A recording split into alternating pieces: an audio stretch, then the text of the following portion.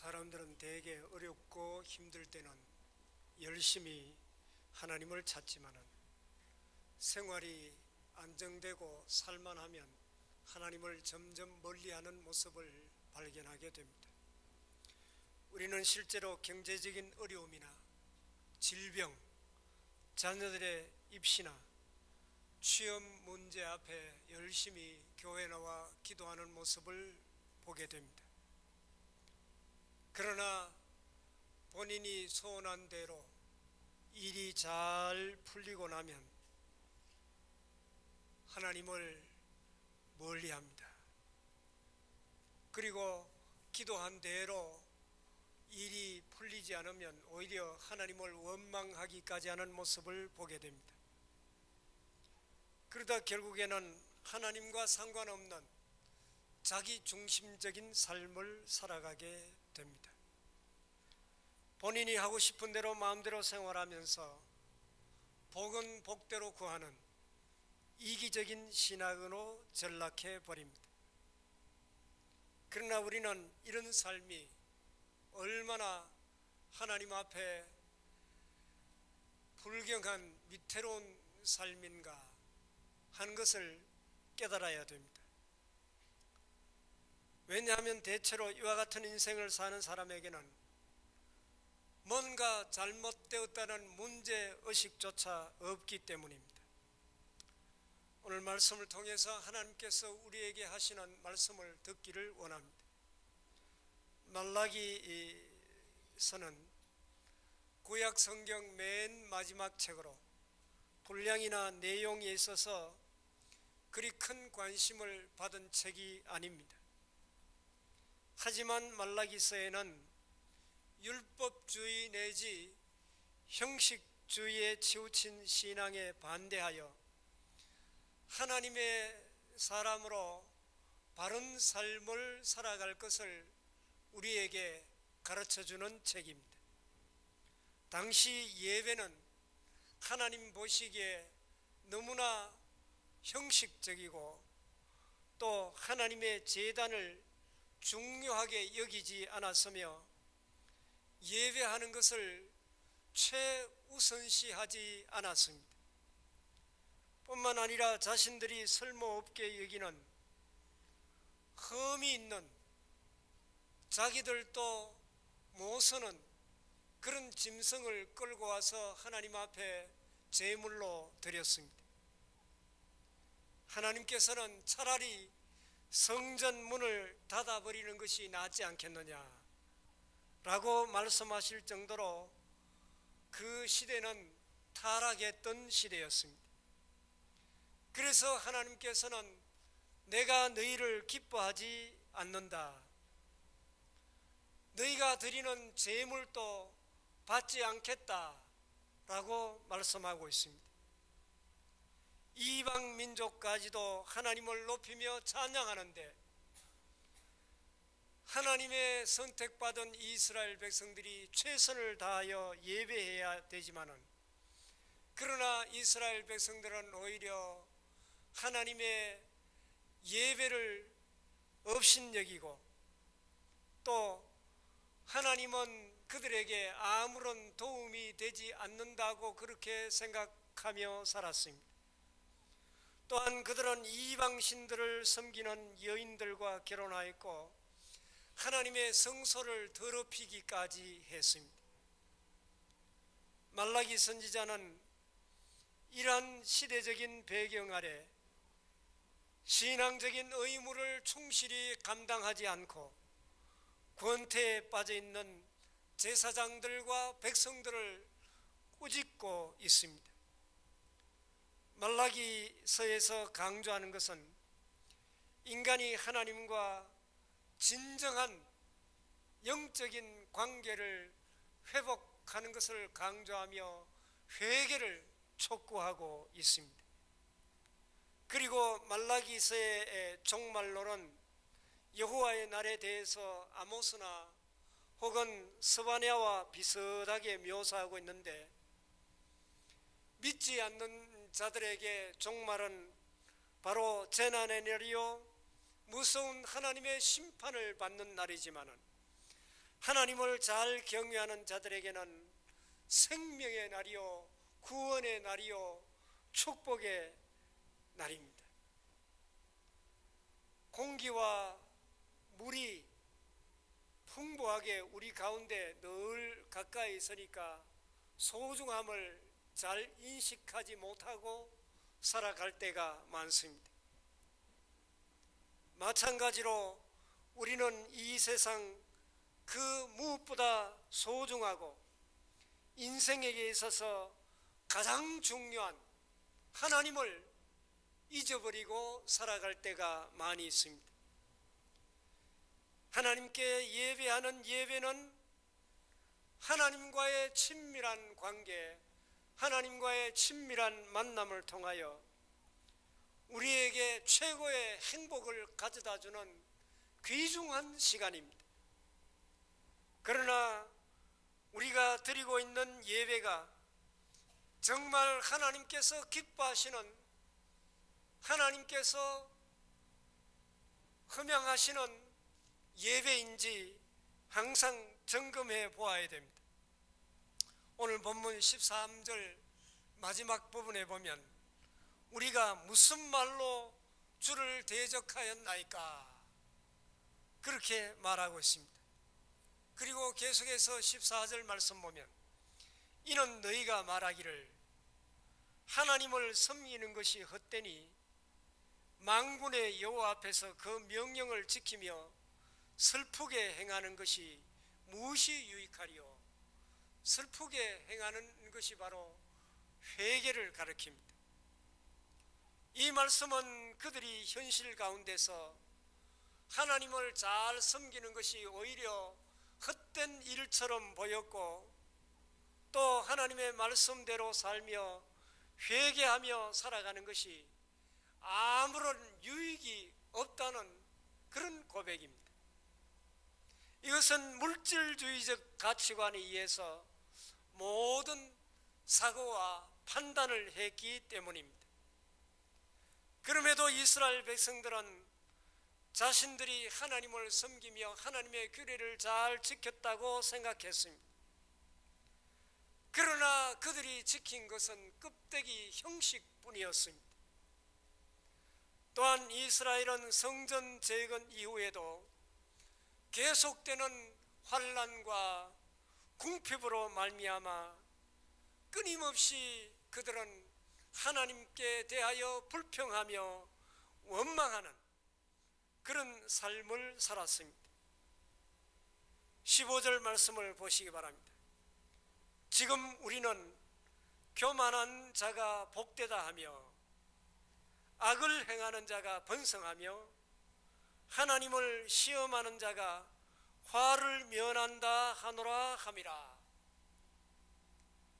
자기 멋대로 사는 교만한 자가 오히려 잘되고 잘못된 길로 가는 악한 자가 오히려 더 잘 살고 하나님을 시험하는 악한 자가 별 탈 없이 잘 산다고 그렇게 한탄하고 있는 말씀이 15절 말씀입니다.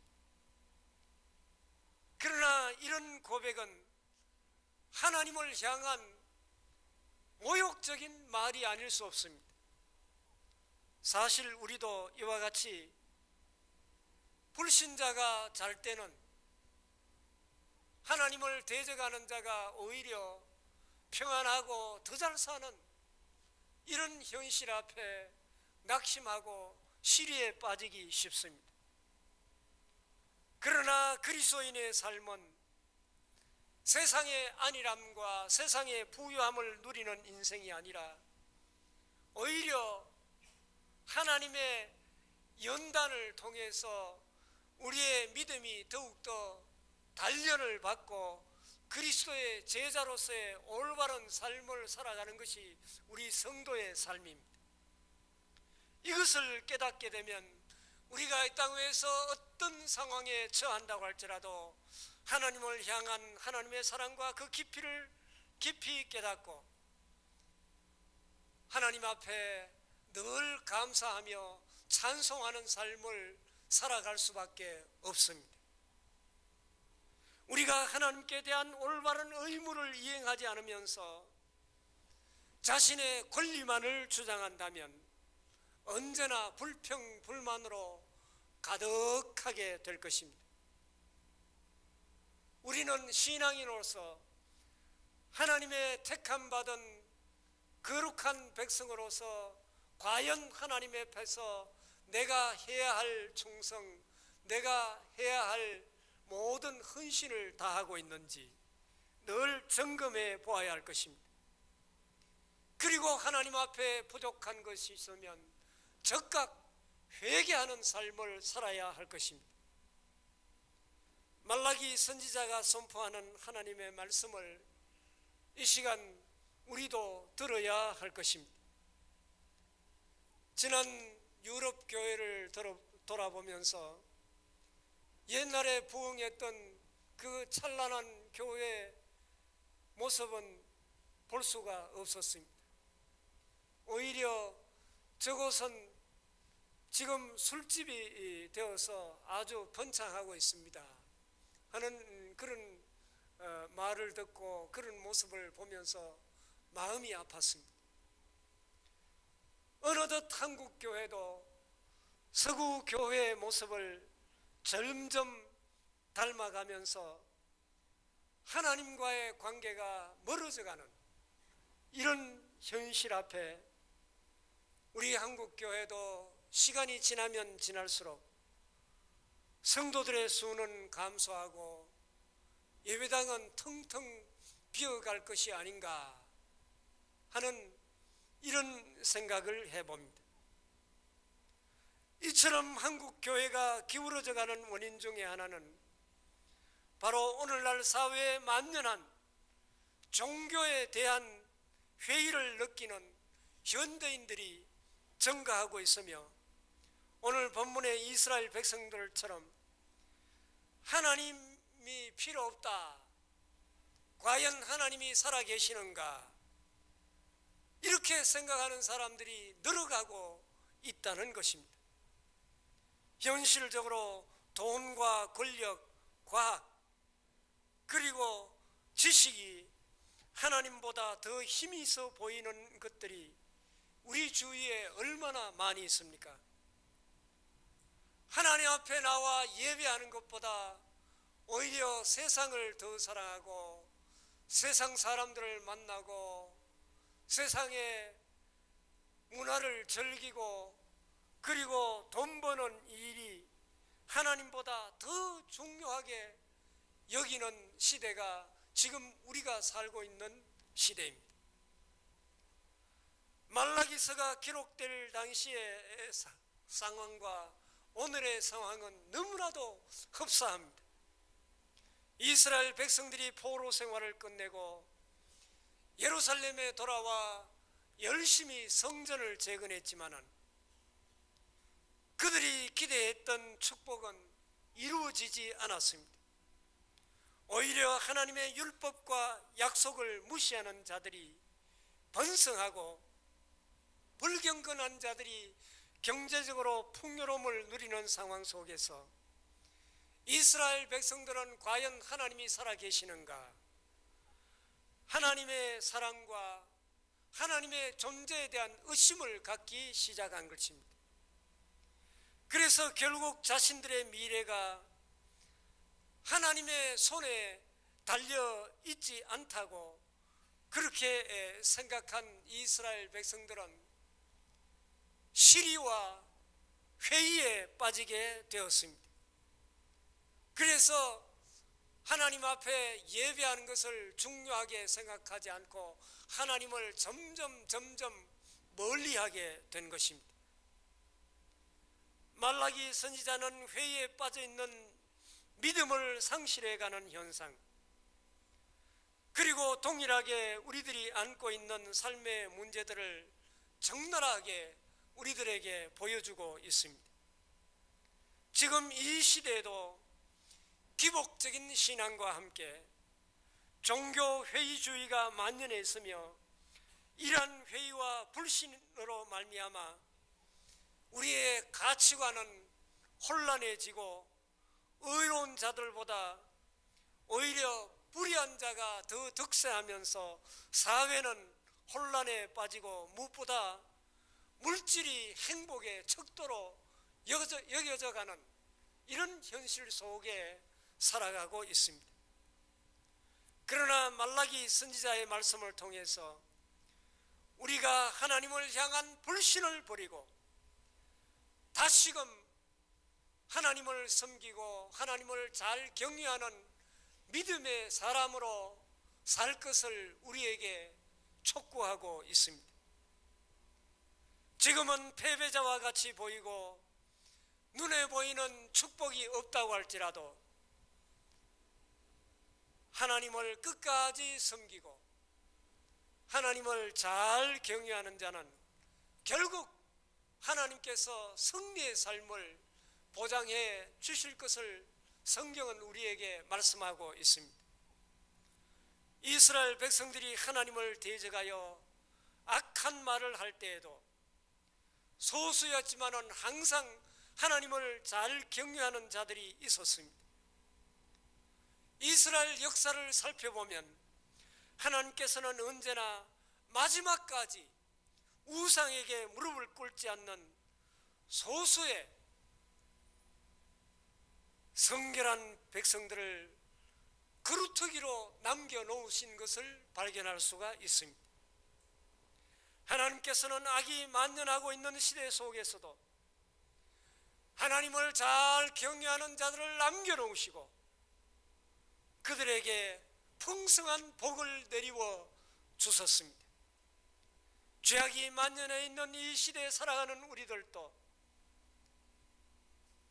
죄악이 관영한 이 시대에 죄악에 물들지 않고 오직 여호와 하나님을 신실하게 섬기며 하나님을 두려워하며 하나님을 잘 경외하는 그런 삶을 살아가야 할 것입니다. 하나님께서는 우리를 사랑하셔서 그의 아들 독생자 예수 그리스도를 이 땅에 보내시고 우리를 대신하여 십자가에 피 흘려 죽게 하셨습니다. 로마서 8장에 보면 그 아들을 아끼지 아니하시고 내어주신 하나님께서 아들과 함께 모든 것을 우리에게 주시지 아니하시겠느냐 이렇게 말씀하시면서 사랑하는 자여 내 영혼이 잘됨같이 내가 범사에 잘되고 강건하기를 내가 간구하노라 그렇게 우리에게 격려의 말씀을 주고 있습니다. 사랑하는 교회 여러분, 하나님께서는 자신을 잘 섬기는 자들에게 어떻게 복을 주시는가 오늘 성경은 분명하게 우리에게 보여주고 있습니다. 오늘 본문 16절을 보시기 바랍니다. 그때 여호와를 경외하는 자들이 피차에 말하며 여호와께서 그것을 분명히 들으시고 그것은 여호와를 경외하는 말을 가리킵니다. 여호와를 경외하는 자와 그 이름을 존중히 여기는 자를 위하여 여호와 앞에 있는 기념책에 기록하셨느니라. 말라기 시대에는 정치적으로 경제적으로 사회적으로 굉장히 혼란한 힘든 시기였습니다. 이런 상황 속에 많은 사람들은 택함받은 이스라엘 백성들이지만은 하나님을 섬기고 하나님을 경외하지 않았습니다. 그런데 똑같이 어렵고 힘든 상황 속에서도 하나님을 두렵고 떨림으로 잘 섬기며 경외하는 자들이 있었습니다. 하나님께서는 이렇게 힘들고 어려운 상황 가운데서도 하나님을 경외하는 자들의 말을 듣고 계신다는 그런 말씀을 오늘 성경은 우리에게 분명히 들려주고 있습니다. 그러면 하나님을 경외하는 자들이 어떤 말을 했겠습니까? 많은 사람들이 힘든 상황 가운데 과연 하나님이 살아계시느냐, 하나님이 우리를 사랑하지 않는다고 그런 말을 했을 것입니다. 그런데 참으로 하나님을 잘 경외하는 자들은 이런 상황 가운데서도 낙심하지 않고 하나님은 그럼에도 불구하고 여전히 우리를 사랑하고 계십니다 라는 말을 했을 것입니다. 하나님을 경외하지 않는 자들은 하나님의 심판이 어디 있느냐 라고 말을 했을 때, 하나님을 경외하는 자들은 하나님은 교만한 자들을 반드시 심판하신다고 하나님의 심판을 외쳤습니다. 하나님께서는 이렇게 하나님을 경외하는 자들의 말을 들으시고 여호와 앞에 있는 기념책에 그들의 이름을 기록해 두신다고 말씀하고 있습니다. 여러분들도 이 마지막에 하나님을 두렵고 떨림으로 잘 섬김으로 여러분의 이름이 하나님의 기념책에 기록될 수 있기를 바랍니다. 오늘 본문 17절 18절을 보시기 바랍니다. 만군의 여호와가 이르노라. 내가 나의 정한 날에 그들을 나의 특별한 소유로 삼을 것이요 그들을 나의 특별한 소유로 삼을 것이요 또 사람이 자기를 섬기는 아들을 아낌같이 내가 그들을 아끼리니 그때 너희가 돌아와서 의인과 악인을 분별하고 하나님을 섬기는 자와 섬기지 아니하는 자를 분별하리라. 여기에 17절 말씀 보면 여호와를 잘 경외하는 자들을 하나님의 특별한 소유로 삼겠다라고 말씀하고 있습니다. 여기에 특별한 소유란 원어의 뜻은 하나님의 보배, 하나님의 보물로 삼으시겠다는 그런 말씀입니다.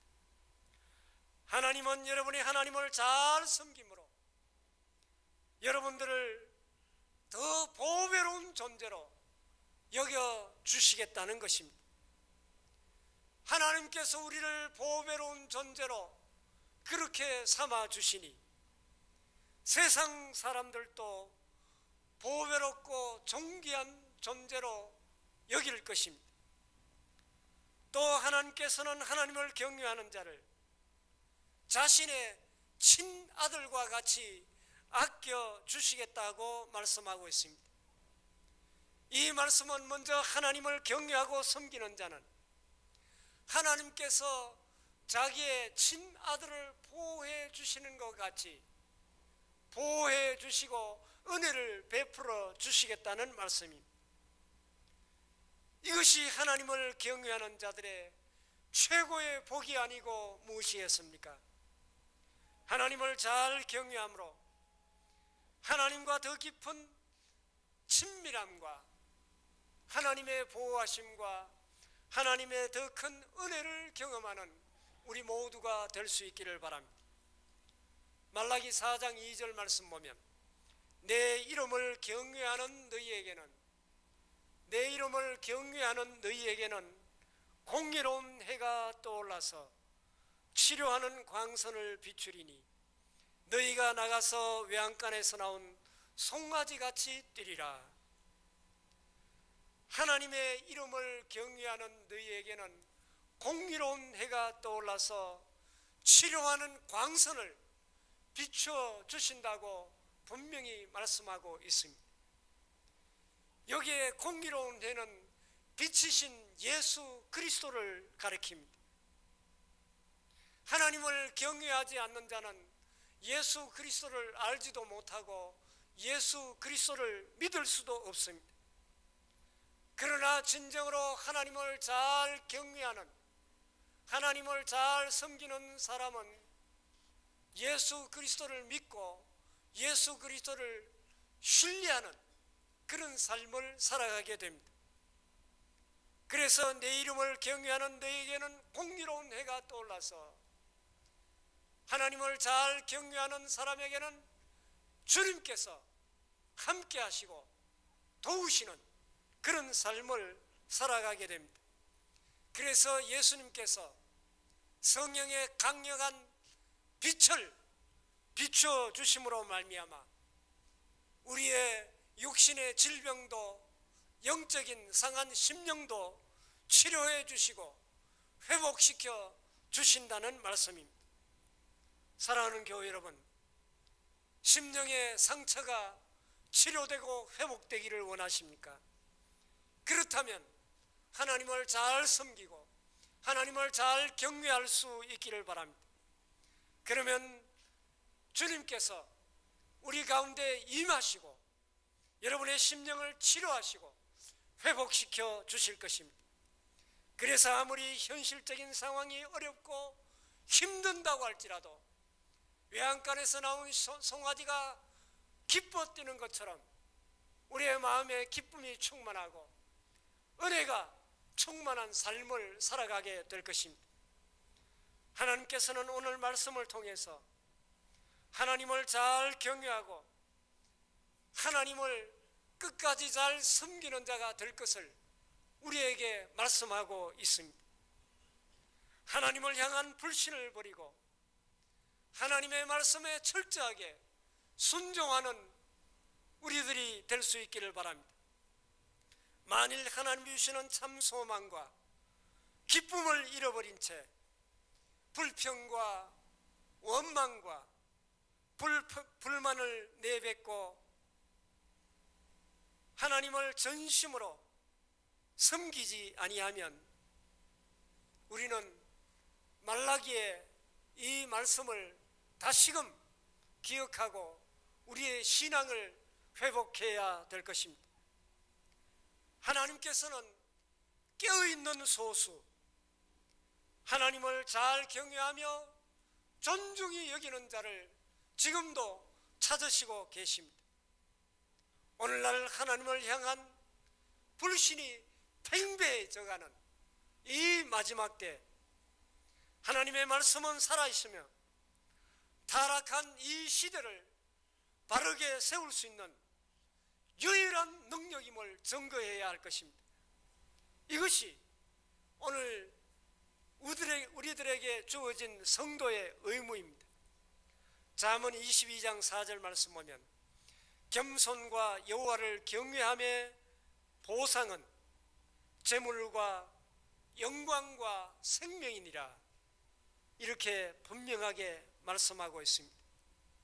우리는 겸손하게 여호와를 잘 섬기고 여호와를 잘 경외함으로 말미암아 하나님께로부터 인정받고 재물과 영광과 생명이 넘치는 우리 모두의 삶이 될 수 있기를 바랍니다. 아버지 하나님, 크신 은혜를 진심으로 감사합니다. 세상 죄악과 불신이 만연한 이 시대, 우리는 하나님을 잘 경외하며 하나님을 잘 섬길 수 있는 귀한 믿음을 주셨사오니 감사하고 감사하옵나이다. 이 마지막 때 하나님 살아계심을 증거하며 하나님 주신 은혜와 풍성한 복을 받아 누리는 우리 모두의 삶이 되게 하여 주옵소서. 예수님 이름으로 간절히 기도하옵나이다. 아멘.